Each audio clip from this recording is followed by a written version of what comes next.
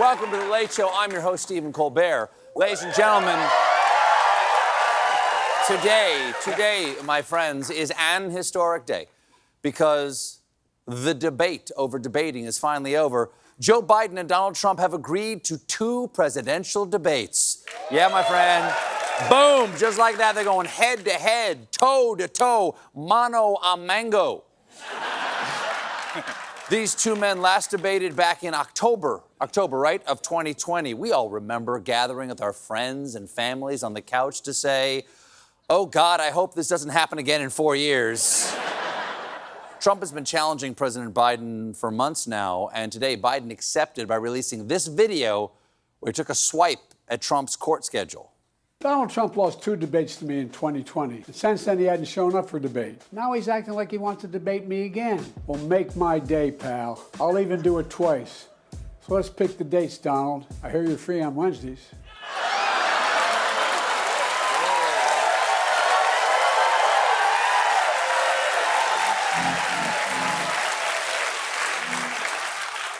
For my reaction to that, join me over at the Damn Cam. Damn! Trump jumped right on the offer, posting, just tell me when, I'll be there. Let's get ready to rumble. Rumble? I've seen your rallies. I think you mean, let's get ready to ramble. Folks, when you think Masterlock, you think of the late, great Hannibal Lecter, don't we? He came up to me with tears in his eyes. Big guy, big cannibal, said, sir, don't eat that hot dog because you can't flush toilets anymore. Biden had some conditions in willing to debate, saying that he wanted no audience and that it should occur inside a TV studio with microphones that automatically cut off when a speaker's time limit elapses. Wow. Yeah, that's good. No mic. That's it. 5 minutes, you're done. Imagine Trump with his mic cut. He's going to look like the world's angriest mime.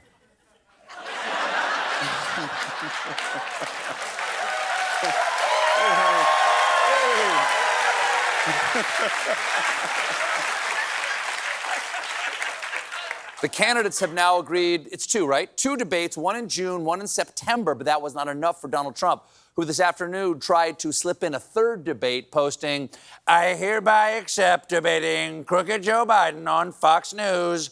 The date will be Wednesday, October 2nd. You can't just unilaterally set a date that only works for you.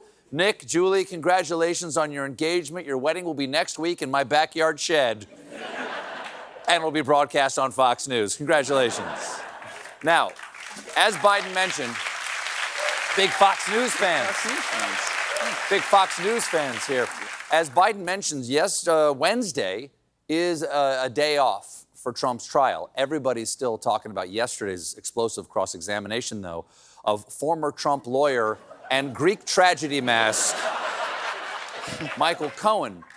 Now, Trump's defense attorney, Todd Blanche, started the cross-examination by introducing himself and then announcing to Cohen, on April 23rd, you went on TikTok and called me a crying little to which Cohen nodded and said, sounds like something I would say.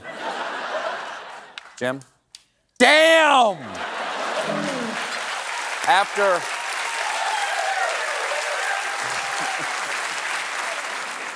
Even though the sparks were flying, Politico said that Trump seemed to doze off as his nemesis faced cross-examination. This is supposed to be the final standoff with his worst enemy, and Trump is asleep.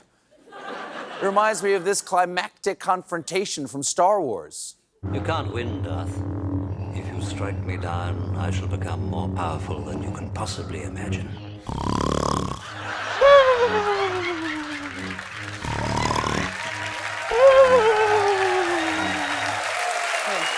People forget that nothing like the original. The prosecution says that Cohen is going to be their final witness, which led reporters to ask Trump the obvious question. Do you plan to testify, Mr. Trump?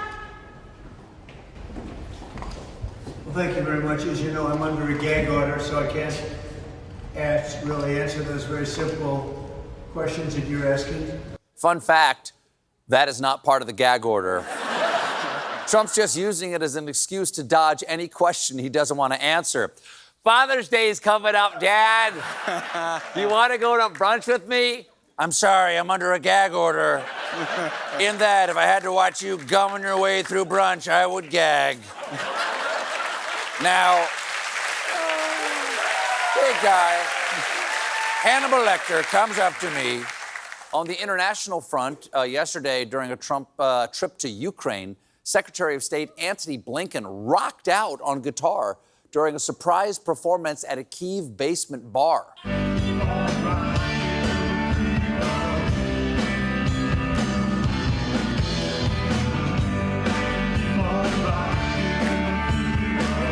That's the kind of soulful musicality that makes dad bands everywhere go, wait, is that what we look like?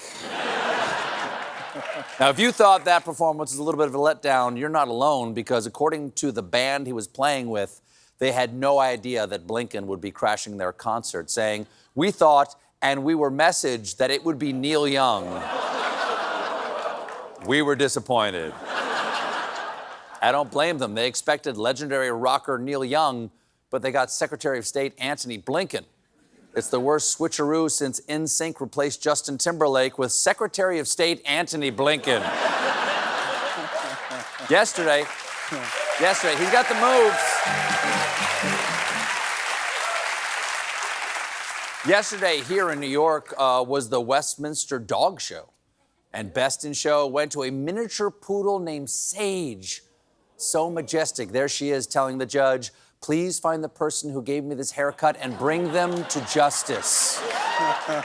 But the real excitement came from the agility competition, which for the first time was won by a mixed breed dog. Take a look. The crowd is going crazy. Cynthia's way out ahead. You got to get this dog on. They do. Are they going to get a sub 30? Oh, my. Look at this. They will. They do. Oh, my God. That is beautiful. That is. I know, right? I love that. How do they get the dog to run that fast? Oh, and I'm being told one of the judges was Kristi Noem. Now.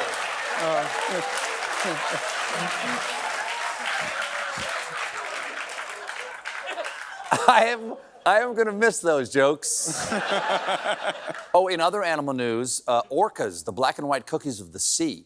Since 2020, there have been multiple instances of a group of orcas off the coast of Spain banding together to attack and ram boats. And it's still happening because on Sunday, and please bear in mind, everyone's fine, a yacht sank after being rammed by orcas in the Strait of Gibraltar.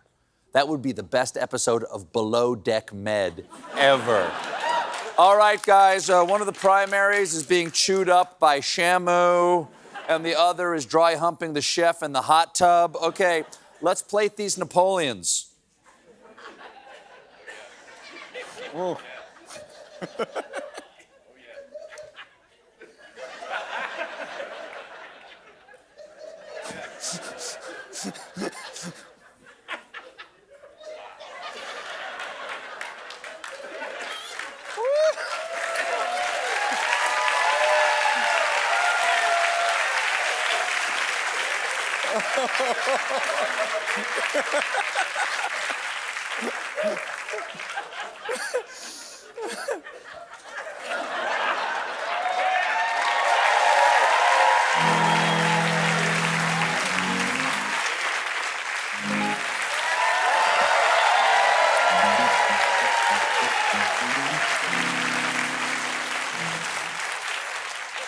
We had a little bet in rehearsal of how many Napoleons could I plate before the crowd gave up on me. 3. The answer is 3. The yacht in question was named the Alberon Cognac, which is the douchiest possible yacht name next to the SS. The housekeeper is actually like family to us. Researchers think the mastermind of the recent attacks may be a female they've named White Gladys, which is also what your mom keeps on calling the White Lotus. Your dad and I are really enjoying that White Gladys, especially that one actress, Jessica Cool Ranch. Now, the rights to the story have already been acquired by Hollywood, and of course, will be recounted in the new movie, Flea Willy. We got a great show for you tonight. My guests are George Stephanopoulos and comedian comedian Michelle Buteau. But when we come back, I track down the elusive Rudy Giuliani.